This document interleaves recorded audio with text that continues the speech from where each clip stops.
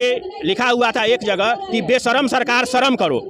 शर्म तो उसको लगता है जिसके पास कुछ ए हो। ये सरकार ही बेशरम है, बेशरम को कभी शर्म नहीं आता। सरकार का जो संस्था है ईडी और सीबीआई, वह सुप्रीम कोर्ट भी बोलती है तोता है, तो हम लोगों का भरोसा उस पर नहीं है। सरकार खुद इंटरपोल से जांच करा ले, हो सकता है कि आग लगे। गोदी मीडिया 3 साल पुराना टर्म है, आजकल पेड मीडिया हो गया। गोदी मीडिया का कॉन्सेप्ट अब हटा दीजिए, अब पेड मीडिया है। मनी का डिवैल्यूएशन होता जा रहा है इंटरनेशनल स्तर पर, डॉलर के मुकाबले करेंसी। आपका जिस समय ये 12 लाख रुपया अगर मिल भी जाता है तो इसका वैल्यूएशन 3-4 लाख से ज्यादा का नहीं। सरकार जो बोल रहा है युवा का फौज, ये युवा का फौज नहीं है, बच्चा का फौज। 4 साल का ट्रेनिंग लेके आप आए, कुछ लोग इस्लामिक धर्म के लिए बंदूक उठा ले, कुछ लोग दूसरे धर्म के लिए। अग्निपथ में कुछ सही है ही नहीं जो गलत लगेगा। अग्निपथ में कोई सही बात नहीं है। कोई भी निष्पक्ष और ईमानदार लोग से पूछ लीजिए कि अग्निपथ में क्या सही बात है। प्रधानमंत्री जी ने तो नाम ही दिया है अग्निवीर, अग्निपथ अग्निवीर। आग में कूद के बच जाओ तब वीर बनोगे, आग में कूदने के बाद कितना लोग बचेंगे।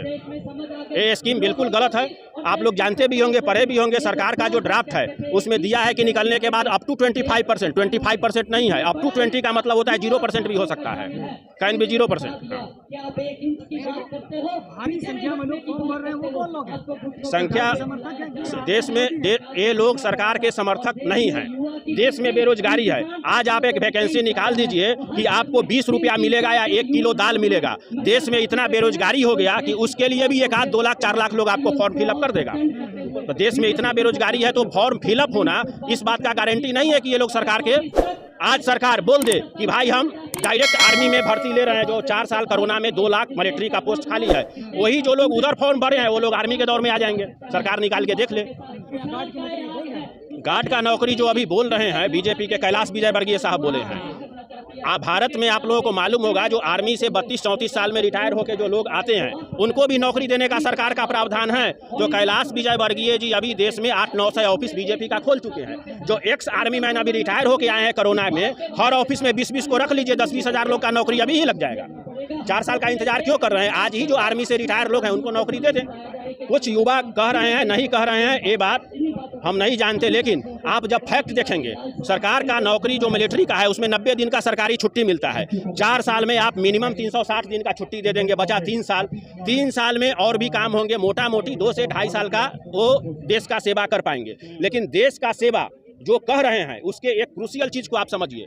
अनेक मस्जिद से भी अनाउंसमेंट हुए हैं, अनेक हिंदू संगठन भी बोल रहे हैं कि ज़्यादा से ज़्यादा लोग इसमें भर्ती हो सकता है इस प्लेटफॉर्म का उपयोग आतंकवादी बनाने के लिए हो जाए कि 4 साल का ट्रेनिंग लेके आप आए, कुछ लोग इस्लामिक धर्म के लिए बंदूक उठा ले, कुछ लोग दूसरे धर्म के लिए बंदूक उठा ले।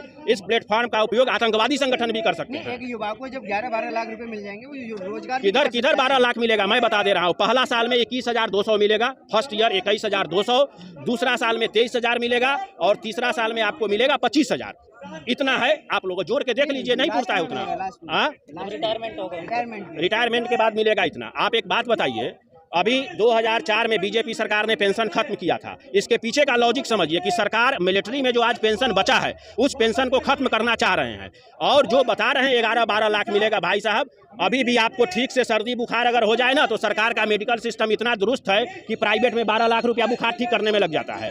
12 लाख में बुखार ठीक नहीं हो रहा है। पूरा भारत में केंद्र सरकार के पास तकरीबन 40 लाख वैकेंसी है, राज्य सरकारों को मिला लीजिए तो 2 से 3 करोड़ का वैकेंसी है। सरकार प्राइवेटकरण को बढ़ावा देने के लिए भर्ती नहीं कर रहे हैं, निजीकरण को बढ़ावा देने के लिए भर्ती नहीं कर। आज आप किसी भी बैंक का विजिट कर लीजिए, बैंक भारत को का फायदा देने वाला संस्था है। खास के रिमोट एरिया में आप देखेंगे कि जिस बैंक में 10 स्टाफ का जरूरत है 2-3 स्टाफ है।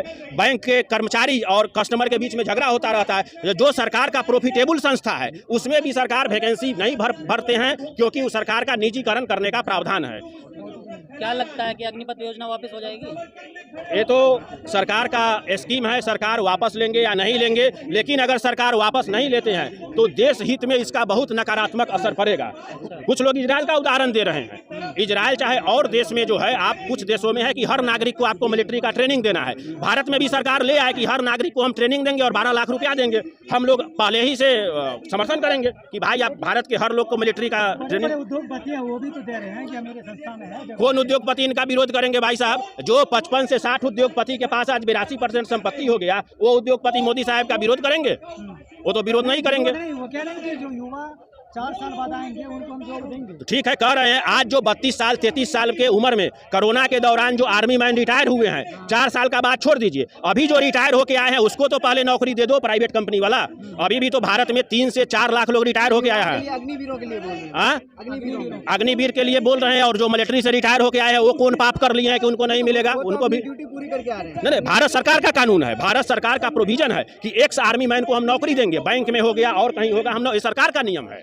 तो जो नियम उनका है उसका तो पालन कर नहीं रहे हैं और नया नियम ले आ रहे हैं। जो आर्मी मैन रिटायर हुए हैं 32 साल 33 साल की उम्र में, उसको नौकरी देने का प्रावधान है भारत में, आपको कहीं कहीं मिल भी जाएंगे। सरकार ने योजना लेकर आई है, सरकार को समझिए, मौका तो दीजिए कम से कम। आप तो मतलब सरकार के विरोध में उतरे हैं बस। नहीं, सरकार के पास तो पूरा मौका इतना दिन से था। सरकार का आप पिछला 8 साल में 7-8 स्कीम को आप देख लीजिए, तो हर स्कीम ले आते हैं और उसके पीछे दूसरा काम कर लेते हैं। मतलब तह खाने में कुछ और होता है, बाहर का कुछ और होता है।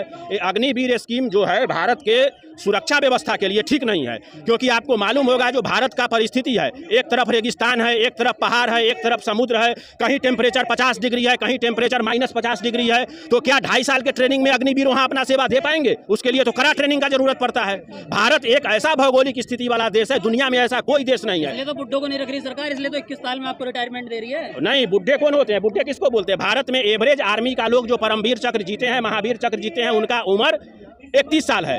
अब आप बच्चों का फौज बनाना चाह रहे हैं। 17 साल का लड़का माइनॉरिटी होता है, तो जिसका आप बच्चों का फौज बनाना चाहते हैं। सरकार जो बोल रहा है युवा का फौज, ये युवा का फौज नहीं है, बच्चा का फौज है। 17 साल का आदमी तो बच्चा होता है, उस पर केस युवा कम से कम 25 साल तो होना चाहिए, 27 साल होना चाहिए। वही तो वो कह रहा है कि एक युवा के पास में आज के दौर में बता दीजिए किसके पास है 11-12 लाख रुपए होंगे? किसका? 11-12 लाख कैसे होंगे जब देश का सारा रुपया आप दे दिए 55 उद्योग घराना के पास, तो युवा के पास पैसा कहाँ से बचेगा? होंगे ना। किसको? तो इसका नहीं होगा। ये बिल्कुल आज देश का जो परिस्थिति जो है, जो मनी का, आप दूसरा कॉन्सेप्ट में देख लीजिए, जो मनी का डिवैल्यूएशन होता जा रहा है इंटरनेशनल स्तर पर, डॉलर के मुकाबले करेंसी, आपका जिस समय ये 12 लाख रुपया अगर मिल भी जाता है तो इसका वैल्यूएशन 3-4 लाख से ज्यादा का नहीं होगा। ये भी कहते हैं कि कुछ लोगों को मोदी जी की कोई भी स्कीम पसंद नहीं आती है। किसका?